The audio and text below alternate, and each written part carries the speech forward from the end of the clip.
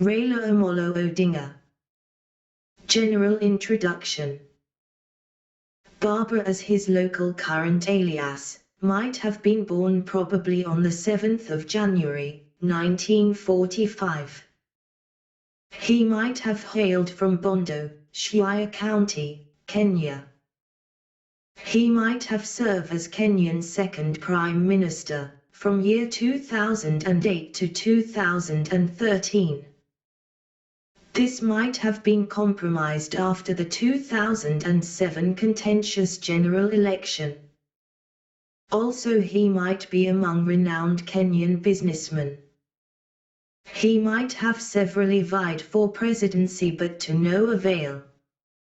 He might have contested election integrity on most of those losses.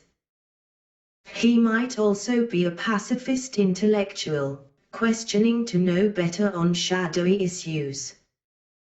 Against all those setbacks, he might be still resilient, competing for next presidential election, the 9th of August, 2022. He might be seconded for the post by his running mate, Martha Karua. He might have served in various political parties and portfolios. His general biography. He might be a mechanical engineer. He might have been one of the children of the late Odinga, may his true soul rest in eternal peace. His father might be likely one of the forefront forgotten and selfless Kenyan freedom fighters. He might have ascended to vice presidency, post-independency. The likely uncelebrated icon might have been politically sidelined, as might be indicated in the book Not Yet Uhuru. Raila might have been schooled both in Kenya and East Germany.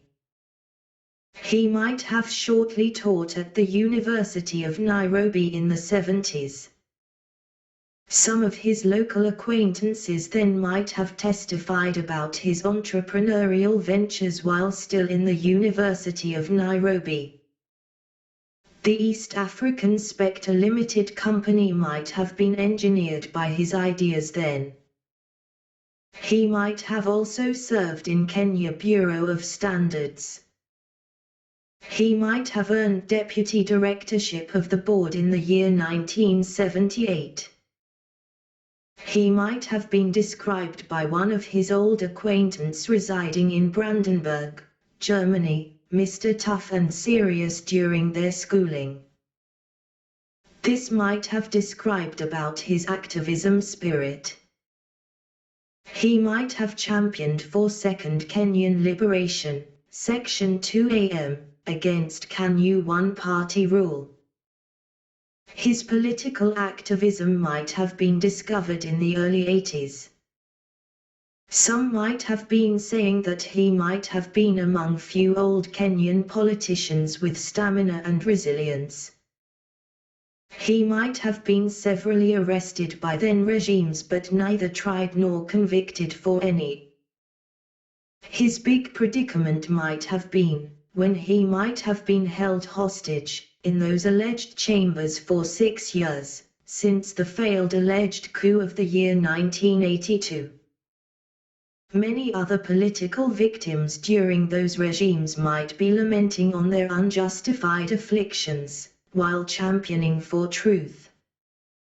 After his release, he might have been constantly active in both our local and international matters. His footprints might be traced in all our political, social and economical sectors.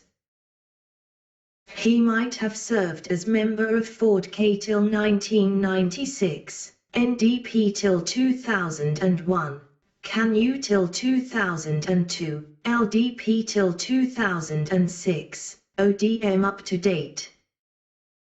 His shifts might have been attributed to our political deceits, our tribal party considerations, our political party kingship, our petty political infights, our individualistic political aspiration and our weak political parties.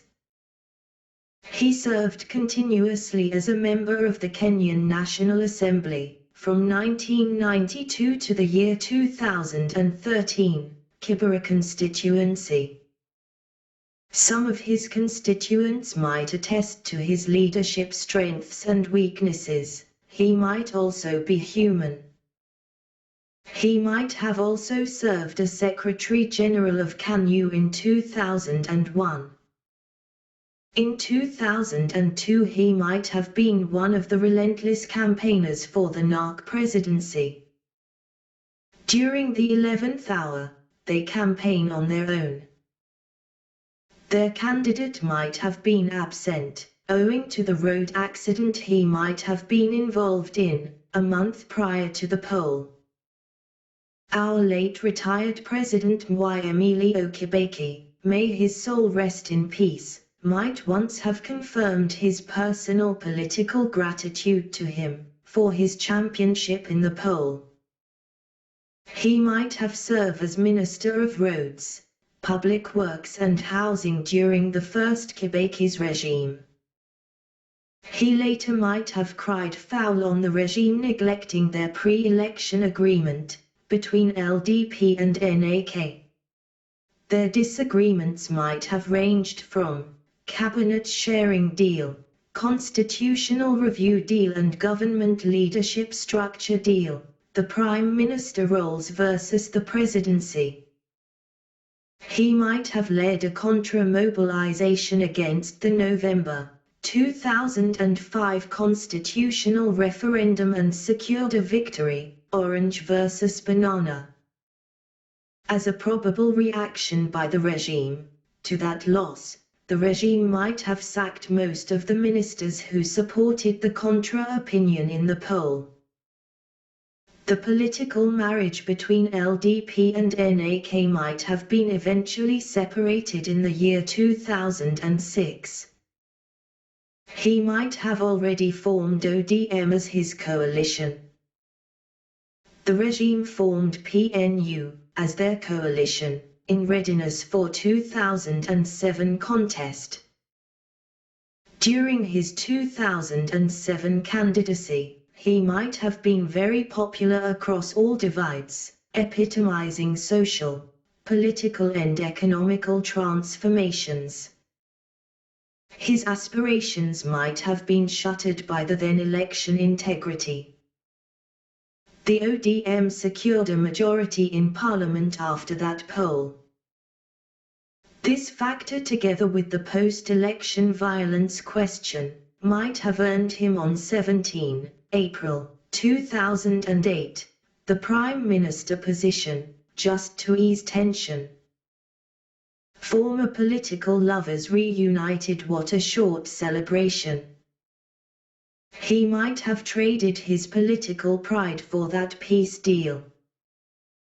This deal might never have been totally supported by some of his party brigade. Some of them might have bargained for other deals. Time and options might have never been on his side. As an aftermath of the 2007 post-election violence, more than 1,480 Kenyans might have been murdered, in cold blood. More than 18,000 might have been physically injured or maimed. More than 750,000 Kenyans might have been internally displaced within their own country. More than 223 billion Kenyan shillings might have been lost in property damages and losses attached to the economic stagnation that ensued. All this political lunacy might have been owed to our political ignorance, our selfishness, our retrogressive voting technology and our soiled election integrity. These might have been the product of our negligence in addressing the plights of the poor and fixing our tainted election integrity. The international community might have come to our aid. Jakaya Mrisho Kikwete and the late Kofi Annan, may his diplomatic and simple soul rest in peace, on February 2008, might have compromised a win-win deal, just for peace. The peace task forces might have suggested clear roadmap to solution. The implementations might have been left to the discretion of the regime and the sovereignty of people of Kenya. The Krigler and TJRC reports might be among the many reports tabled. In 2009, the second political marriage between the duos might have started experiencing problems again. This time ODM ministers might have been excluded in decision-making forums. In response, he might have opted to abandon chairing that one-sided cabinet. In 2010, an ODM infight ensued, when he made a big political mistake by suspending 2 alleged corrupt ministers from his cabinet. The then presidency might have tricked him to take that step, only to abandon him on his own. This might have been evident by the quickly reinstatement of the 2 ministers by the then presidency.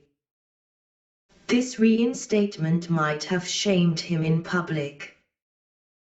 He might have made again a second political mistake by accepting to mediate on the ICC question. This might also have been a trick on him, being delegated the role. This ICC question might have been used by his opponents later against his 2013 candidacy. Some of the subjects he might have been trying to mediate might have been the ones who proposed the ICC to be invited. In 2010, he together with the then presidency might have championed for the Kenyan Constitution 2010. Up to date, we ought to be grateful to him and all those who rallied behind the Constitution, for all the good in the document. He might have vied for the 2013 poll again and might have lost on a narrow margin, 43.31% to 50.07%. He might have contested the result in court. Our Honorable Supreme Court ruled against him, basing on several important considerations. Some of the honorable justices might have been frank on how the ruling might have been arrived at. One might have suggested that, how his legal team presented many complex and unjustifiable evidences might have been a factor that might have made them lost the case. Another honorable paraphrased that his legal team might have never accused the defense, then pleading with the court to order the defense instead to present evidences. Another honorable justice might also have explained that the court, given the then legal framework, lacked the power and machinery to follow up on the issued orders, within the allocated trial period. He also might have said that, the bench might have lacked the capacity to verify those complex evidences presented. Our courts might have been designed to be a neutral arbiter, balancing between 2 competing sides. The defense might always question the authenticity of the evidences presented, burden of proof. His legal team might have smartly failed him. He might have also vied for the 2017 presidency. He lost and contests the outcomes again. Our Honorable Supreme Court nullified that election citing irregularities. The court might have ordered for the presidential poll to be repeated, though he absconded the contest citing unfixed concerns. He might have attempted forming an alternative government, as a protest to his neglected plights. He soon retracted that move and opted for a handshake. This handshake might have been necessitated for various reasons: peace and tranquility, economic stability, economic continuity, political forgiveness. The ill-advised treacherous move. Luckily the administrator of the oath had a dual nationality, countering those former coalition allies who were just about to strike a deal with the regime, just to mention a few. His likely wise adventure and political gimmick might have saved his blood. We the citizens ought to blame ourselves too. We might have never supported our institutions to be strong and independent that might check our leaders. Our system too might be having very powerful, tricky, invisible and invincible, in all political groups. He might be vying for the last attempt, on the 9th of August, 2022.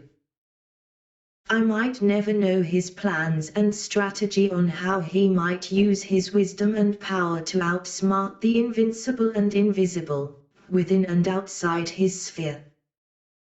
I might hope that he might retract from mentioning alleged corruption questions in his campaign.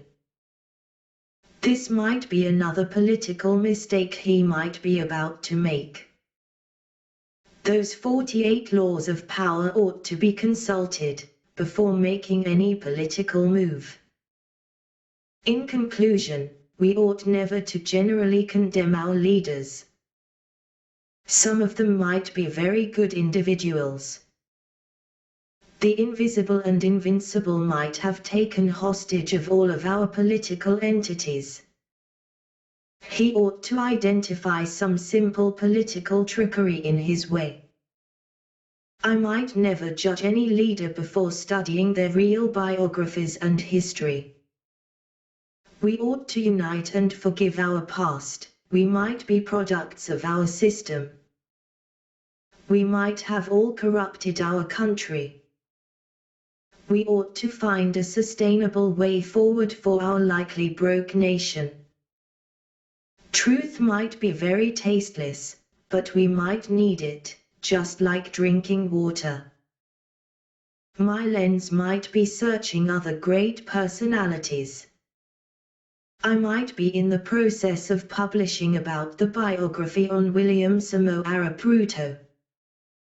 He might be having some good attributes which ought to be celebrated. Our problems might be never on our leaders. The problem might be in our attitudes towards wealth. Happiness might be material and temporary, but joy might be non-material and long-lasting. We might never own everything in one lifetime. Thank you for studying this article on Raila Amolo Odinga. This might be Raila Amolo Odinga on my lens. MLA style. Raila Amolo Odinga on my lens. Ben's Library. YouTube, Facebook, Meta. Kenya. You might access my previous article, Neglected Issues, on this link, https://u2.b/3j4howID. Production Notes Studio, Benz. Director, Benson Caricature, +2547022600128. Producer, Benson Caricature. Writer, Benson Caricature. Time, 20 minutes. Cast, Janet R.D. Acknowledgements, Sister Vivian Zoller, Microsoft Community, Our Intelligentsia, Janet R.D. and all pacifists.